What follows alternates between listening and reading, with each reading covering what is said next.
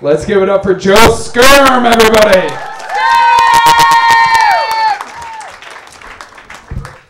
So has anybody considered the possibility that that guy from Zanesville just died playing Jumanji?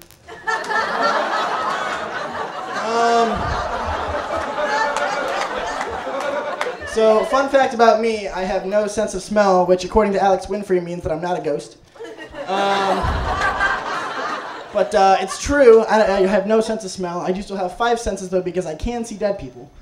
And like I think people think it's weird because it's not something you hear about that often. Like you hear a lot about blind people and you hear a lot about deaf people, but and I guess deaf people don't really hear that much about deaf people, but the rest of us do.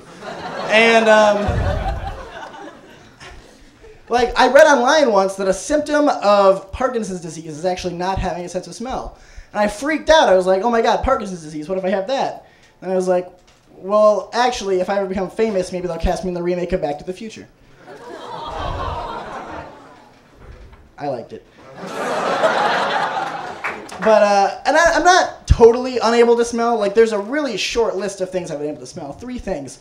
Buffalo wings, dead skunk, and pot.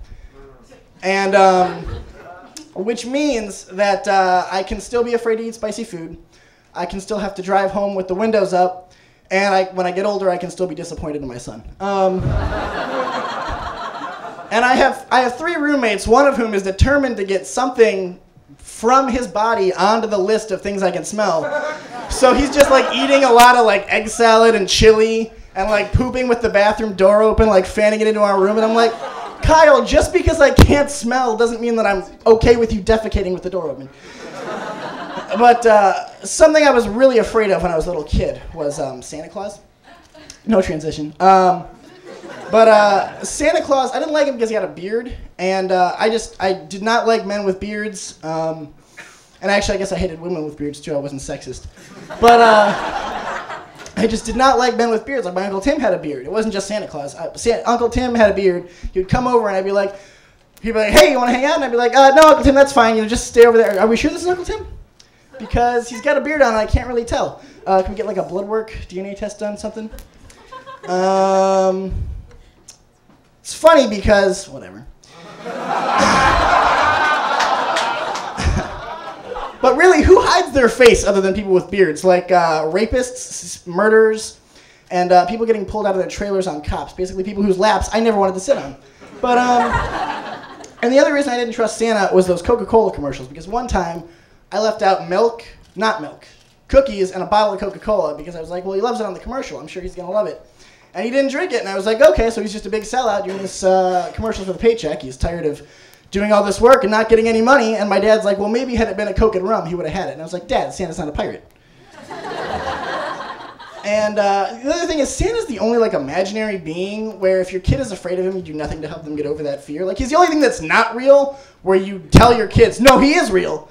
And like if your kid's afraid of monsters, you go in the room and you're like, I think you're going to be cool. I checked behind the bed, under the bed, the closet, behind the dresser. I think you're going to be fine.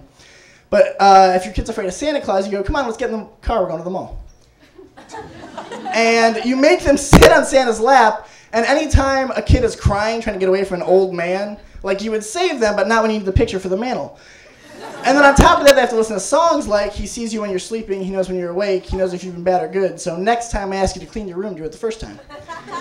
And my mom came up with a great idea to help me get over Santa Claus, which was to have him come to my house, like the mall Santa come to my house. And it was a terrible idea because I was in the living room playing, and Santa came in, and you're in the living room, you don't expect to get jumped by your worst fear. Like, had I been in the basement, that's acceptable. Like, that makes sense. In my bedroom, that makes sense. The bathroom is fine, except you have to worry about getting sucked down the drain. So I just saw Santa and just ran into my bedroom. Like, it's a terrible way to get someone to get over their fear. Like, that's like if I had a friend who was afraid of heights and I took him up to the top of a tall building and was like, oh, look, it's fine. See, just look over the edge, it's fine. And then I just push him off. Your worst fear is coming true. This is going to help you, I swear. Thank you. I'm done.